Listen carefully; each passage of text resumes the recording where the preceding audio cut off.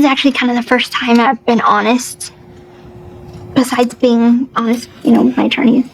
Even that, I haven't been completely honest with them. And then the rest of the night was very traumatic. And then we left. Did you go anyplace else other than Days Inn while you remained in Springfield after your mother's death? Yes. Where? The Waffle House, right across the street. Crowd. It was. In fact, you had no friends. I didn't have any friends. I wasn't allowed to. So it was in the middle of the night, and I packed a small bag of stuff, and my mother was asleep. So I left the house, and I met up with one of my friends. You were playing in the backyard with other children? I played when I was younger with my cousins. As I got older, I wasn't allowed to have any more friends. Did you want to go play? I did.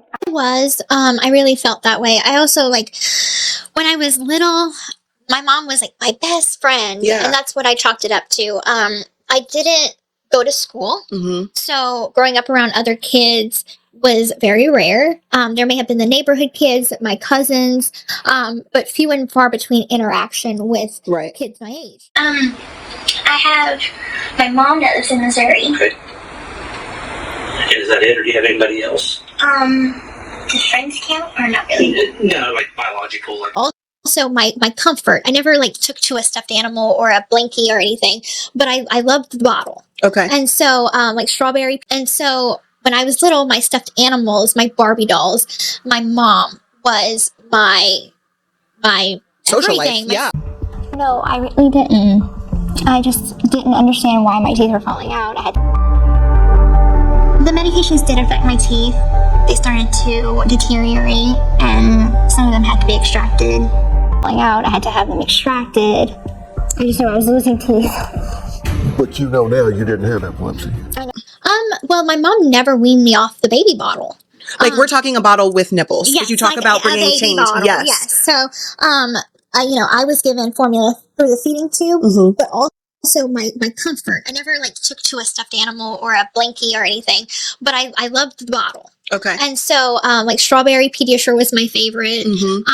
And my mom never said, "Oh, you're too old for that." Okay. She just let me continue on the bottle. Sure. To the point where I think that's why my teeth were buck teeth. My original teeth were bucked and just out of alignment. Sure.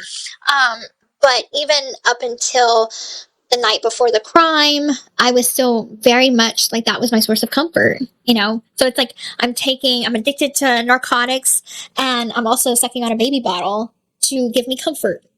The side effects of the medication would cause the teeth to rot. But when you look at Or what in fact caused you to lose all your teeth?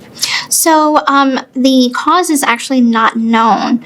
All that I know from the medical records is that my mother told them that my teeth were very fragile and were crumbling, and so they decided to extract. So the dentist extracted several of my teeth. You don't realize how much you're restricted in prison.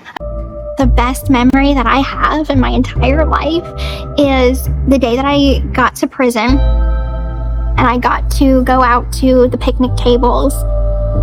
And I'm I'm free. I'm free to have friends. I'm free to do what I want. I might be in a controlled environment, but this is nice. It's the truth. It's such a good memory. My mother are Hurricane Katrina survivors. Okay. And my birth certificate was washed away in Katrina. Okay. And unfortunately, they messed up all the time when they messed up the paperwork, and it said 1991, but it's actually 95. Okay. Is that what you how old then? I would be really 19, but I'm here with Medicaid. My insurance has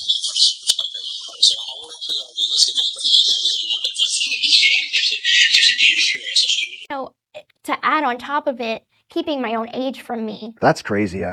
Because when things that stated that I was born in 1991 made me question my real age, I asked her about it. She said that it was a typo. I had taken those papers and the Medicaid card that I found with my actual real birthday on it. He was supposed to come and visit me, and I thought we were gonna go outside and we're just gonna sit together for a while on the porch. And At your mom's house? Yeah. Okay. And he came inside, and he started walking to to my mom's room, and I told him that he needed to go outside. We need to go outside. What was your mom doing at that point? Was she asleep? She was asleep, and I got up to use the restroom. And at that point, he put me in the bathroom, and he had locked the door. And I talked to Nick. He had me talk to Victor, who initially was the one that was going to do the murder. And he was like, ask Victor, please. And I said, Victor, will you please come kill my mother for me? Because I can't do it myself. We paid each other's nails. And I acted like everything was fine. We had just recently gotten into an argument, and we had made up. And I said I was going to be a good girl. And then when she went to sleep, I guess I hurt her feelings or something. And she said, I'm starting to feel more relaxed. Don't hurt me. The last word she said to me was, don't hurt me.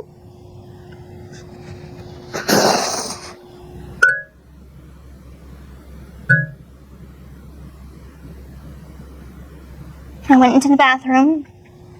I got kind of in a fetal position and I covered my ears. As I was going towards my mom's room, as I was from like here and it's a hallway.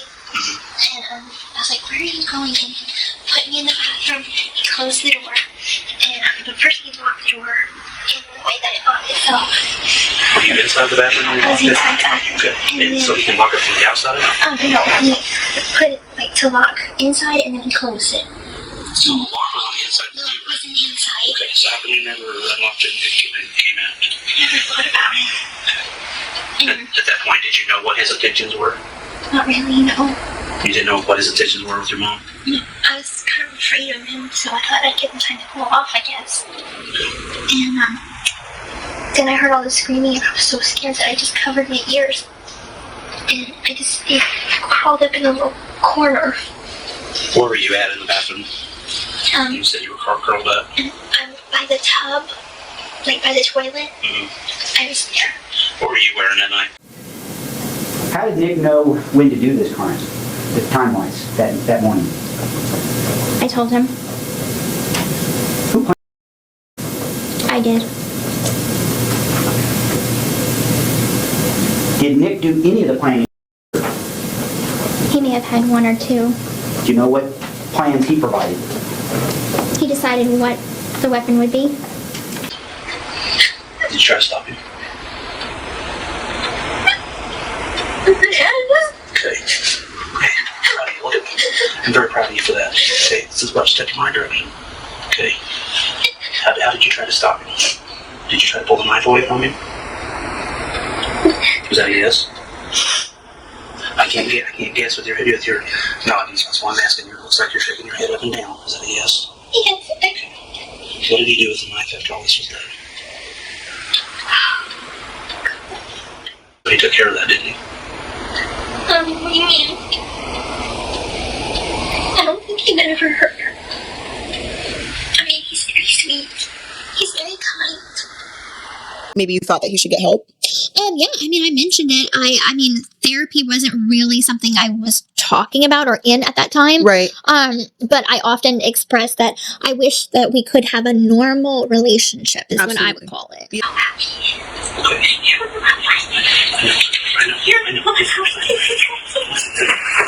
Head in a closet type of person, the kind of person. Your mom's right. Jeffrey Dahmer kind of person. You think your mom's right? He had sent you basically like a bill of sale, kind of ownership papers. Do you remember that? Yes, sir. And those papers would basically mean that the defendant owned you. Yes, sir. And you also were asked a little bit about the videos that you and the defendant sent back and forth. Do you remember that? Yes, sir. And on a lot of those videos that you would send, the defendant would actually send you a script beforehand, correct? Yes, sir. And that script would instruct you on what to do in the videos. Yes, sir. And they weren't always things you wanted to do, correct? That is correct. but you did them anyways. Yes, sir.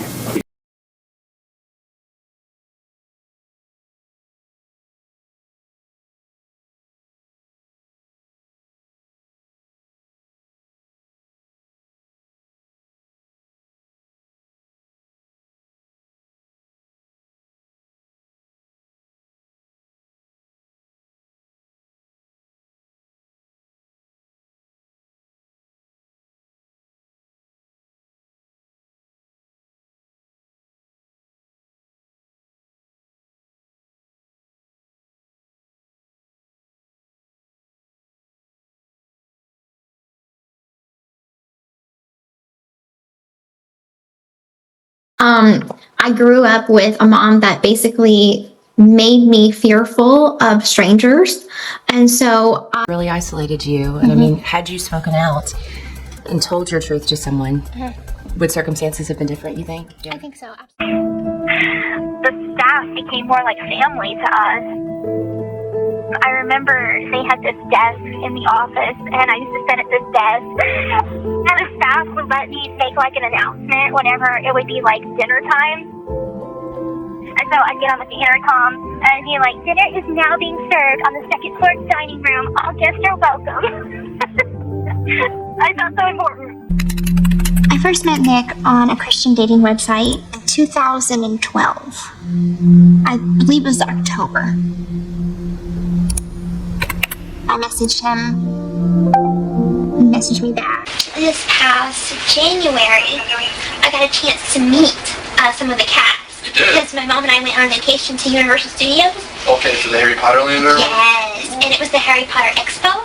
Even got to meet country superstars Miranda Lambert and then husband Blake Shelton. Her out posing with her favorite actors, Elijah Wood. When you guys go to Florida, did you drive? No, we flew. Okay.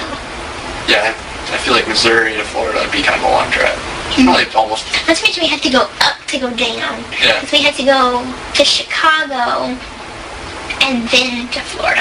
Oh, for the flights? Okay, yeah. We were friends, and we were very friendly to each other. Thursday morning. Your guys' trash comes on Thursday morning? So we put it out on the curb. Okay. When did he kill your mom? The night of the night. The night of the night? Do you know what day that was? Specifically. June 10th, 2015. Do you know about what time she was? Maybe about 3 a.m. in the morning. you know, it's funny. I say that I'm like 16 years old again because I'm just discovering Snapchat and selfies and social media. I didn't have much of a social media presence before I got arrested either. So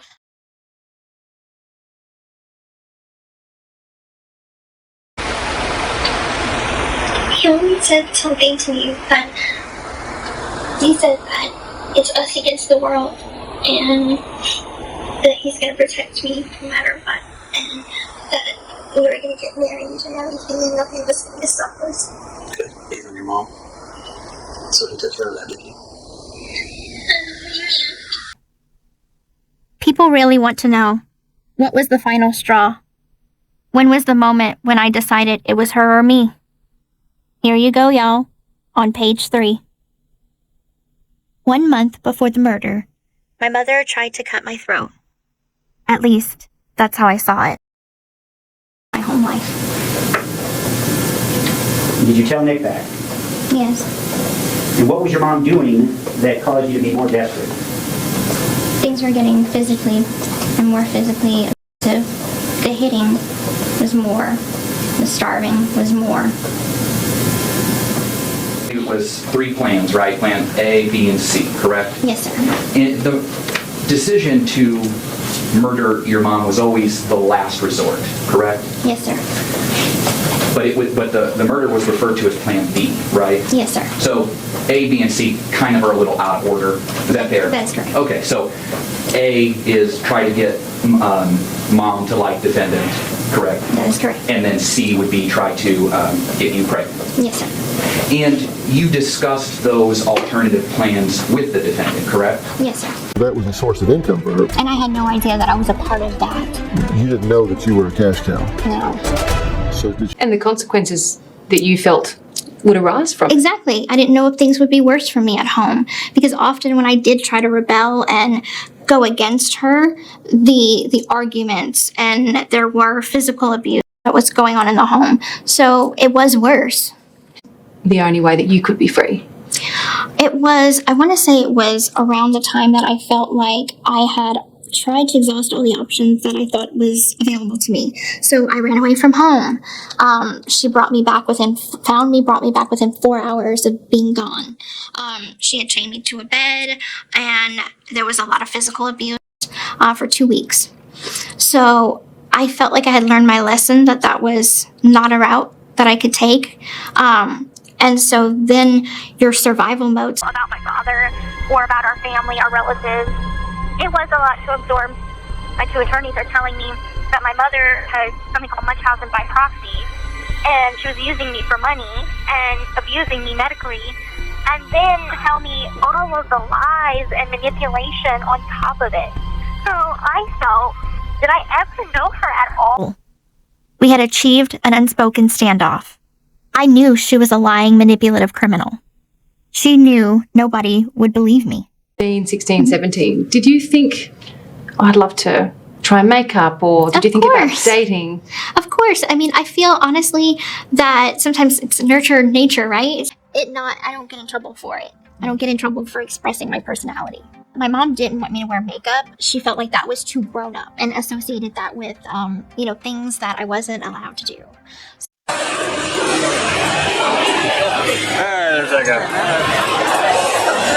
Hey, Gypsy.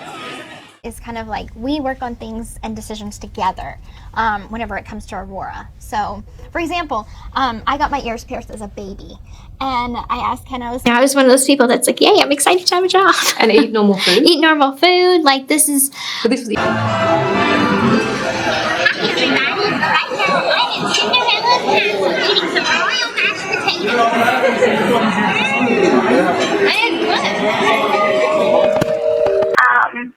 Then after that, they give you another tray of food that is basically bread. Talk about trying foods for the first time and having your salivary glands taken out.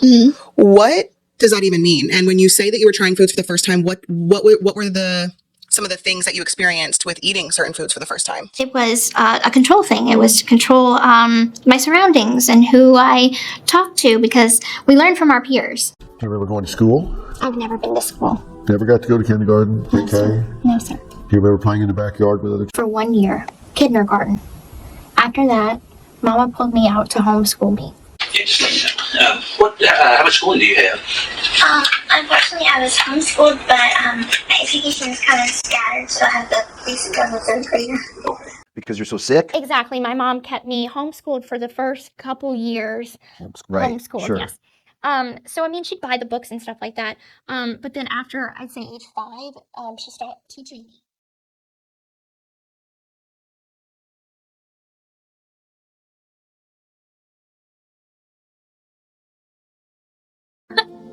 How did that happen? You never went to school either.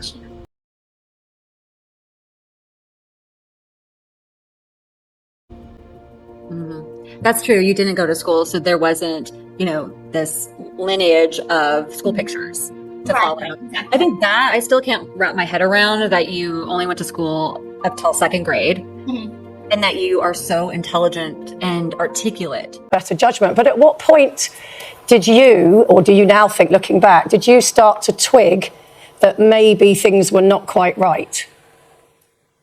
I mean, I really started to get a sense of that my life is not quite normal at the age of 19. And so I think at the age of 19, I really started wondering what else is life like outside of my mother. And that's when I started to kind of question more and look into things more. Someone, honestly. And you believed her? I did believe her because I grew up that way. So she started telling the doctors that I had sleep apnea when I was just a baby. And then it graduated to a seizure disorder and suspicions. Because obviously there was things that I knew that I didn't have wrong with me. And then there was other things that I didn't know to the fullest extent. So there was times that I would question, I'm like, do I really need this medication? Why did you not tell doctors that you knew you could walk or you didn't believe yourself to be ill during the time that you were doing this? I didn't think that anyone would believe me. I thought they would I didn't tell my mom, and that would make my home life even worse for me. I feared her more than I feared anyone else. I believed I had all these illnesses, except that I knew I could walk, and I knew that I could eat. It wasn't until I saw my attorney for the first time, and he tells me that there's been no medical records that says I have cancer, and it shocked me. I don't have cancer? It confused me so much. So what other illnesses don't I have?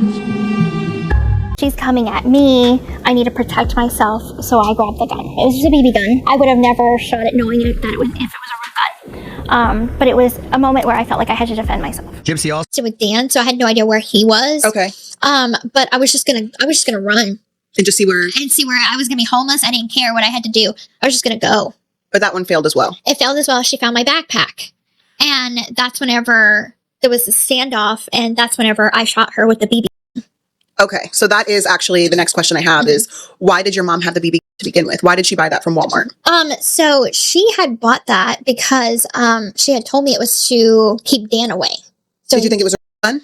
No, You I knew knew it was a I BB knew it was a BB. Okay. Which in certain documentaries and transcripts and stuff like that, some people. Before I knew it, I pulled the trigger as many times as I could, Gypsy says.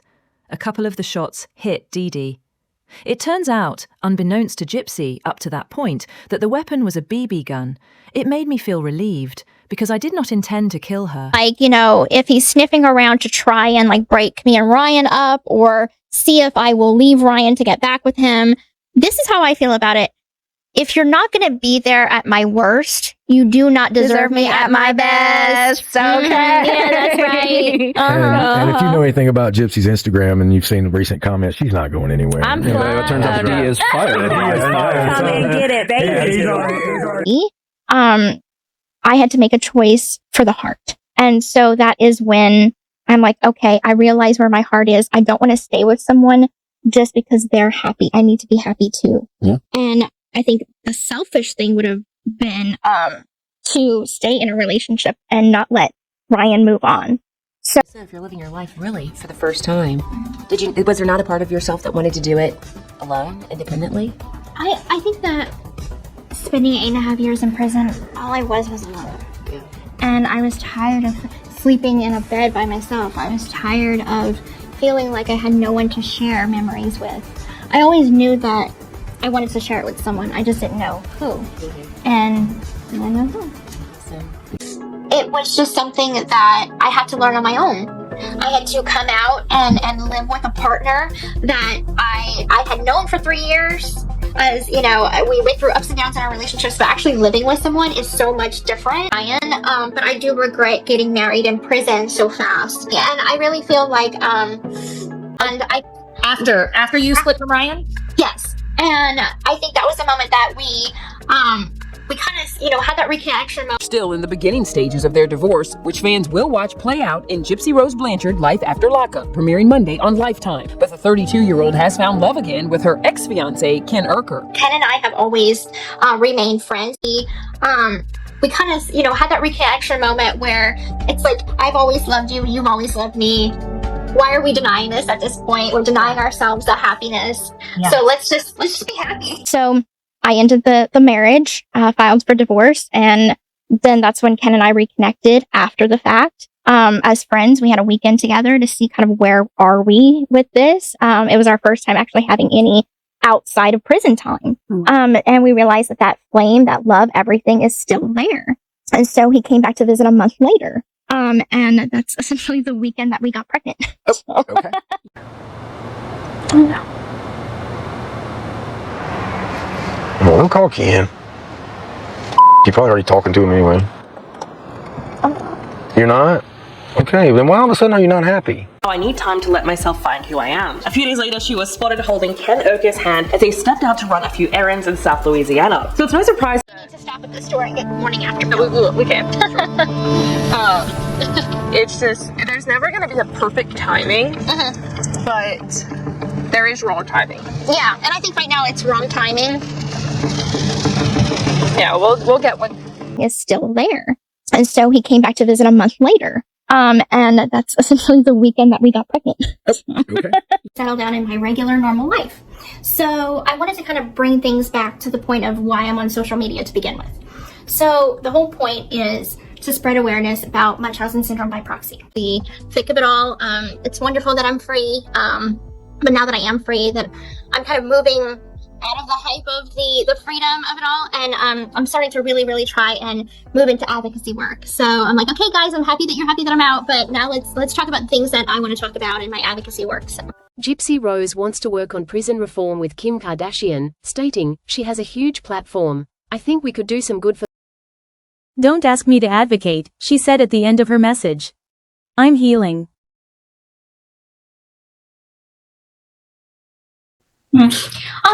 Travel. Yeah, I have a very strict travel restrictions. So we're going to St. Louis first, and then we are heading to San Francisco. Harry Potter land now. I want to be a good mother for my child. I want to be everything my mother wasn't. My mother. We are still in line waiting. It's been an hour.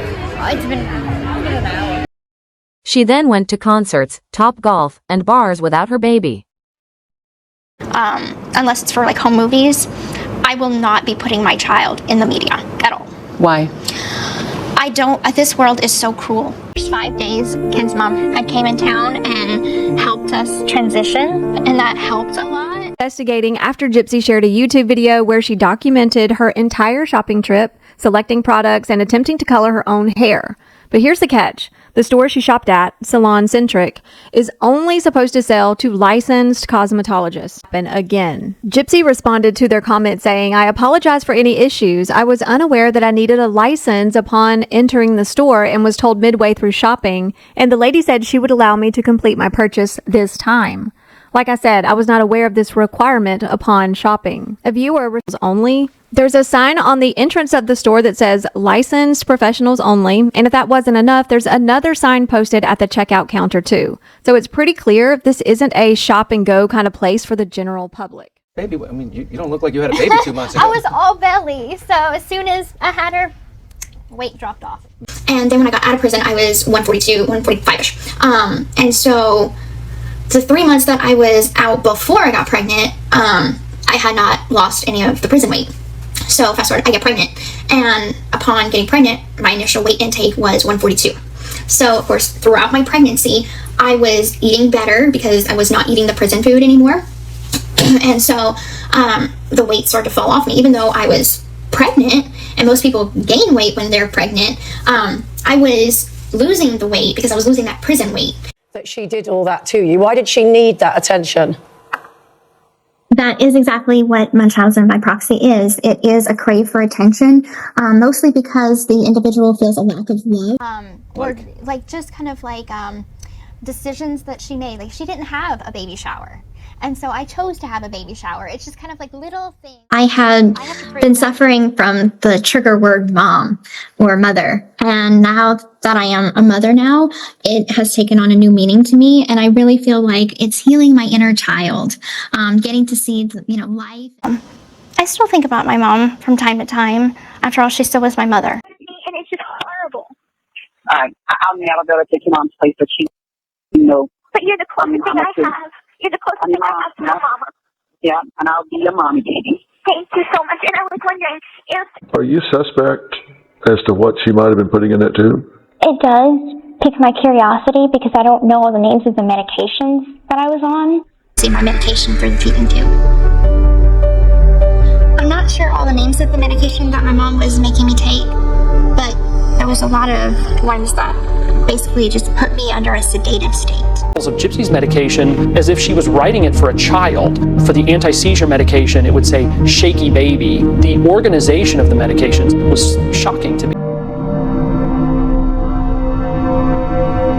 I was on breathing medication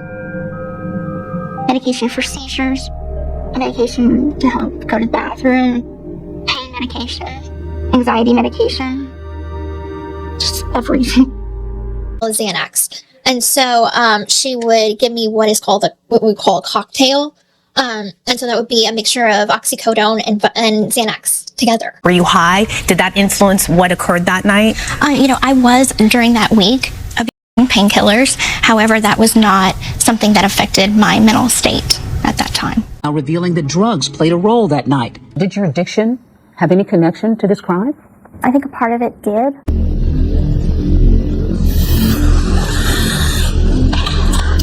It's less than 24 hours after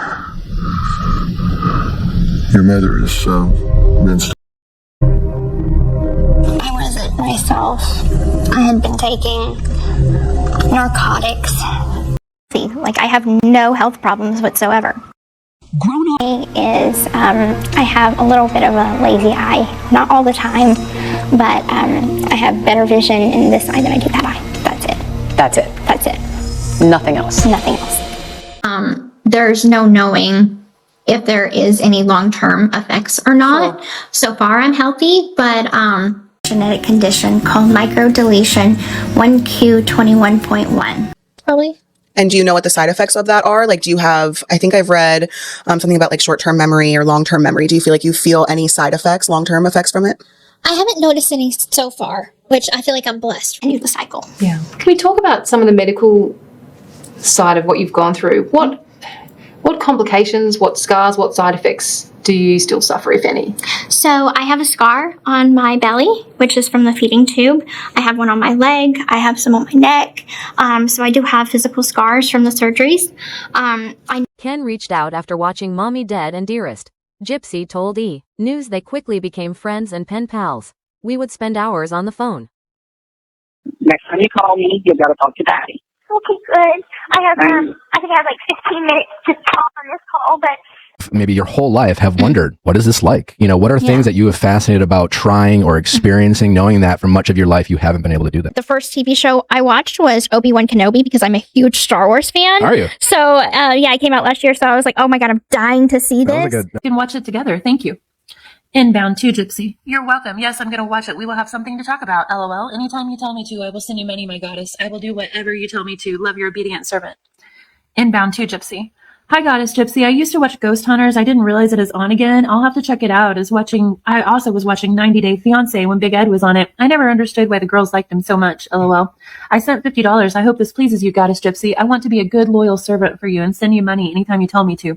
You are so beautiful, Goddess Gypsy. Love, your loyal servant. Outbound from Gypsy. Yes, I can watch TV anytime. I love supernatural stuff too. I like Ghost Hunters on the Travel Channel, 90 Day Fiancé on TLC, and Married at First Sight on Lifetime. Basically, all you can do for me is send me dollars. So far, because so far they're all been kind of firsts in terms of being out of prison. They really have. My birthday, actually, I know it's not a holiday, but, in the past, birthdays for me have been complicated. And in prison the last 8.5 years, my birthdays have been nothing more than my roommates making me a paper card. So, my family. Great day with my friends. They made me little cards with hand-drawn characters and a cake made out of cookies. Inbound to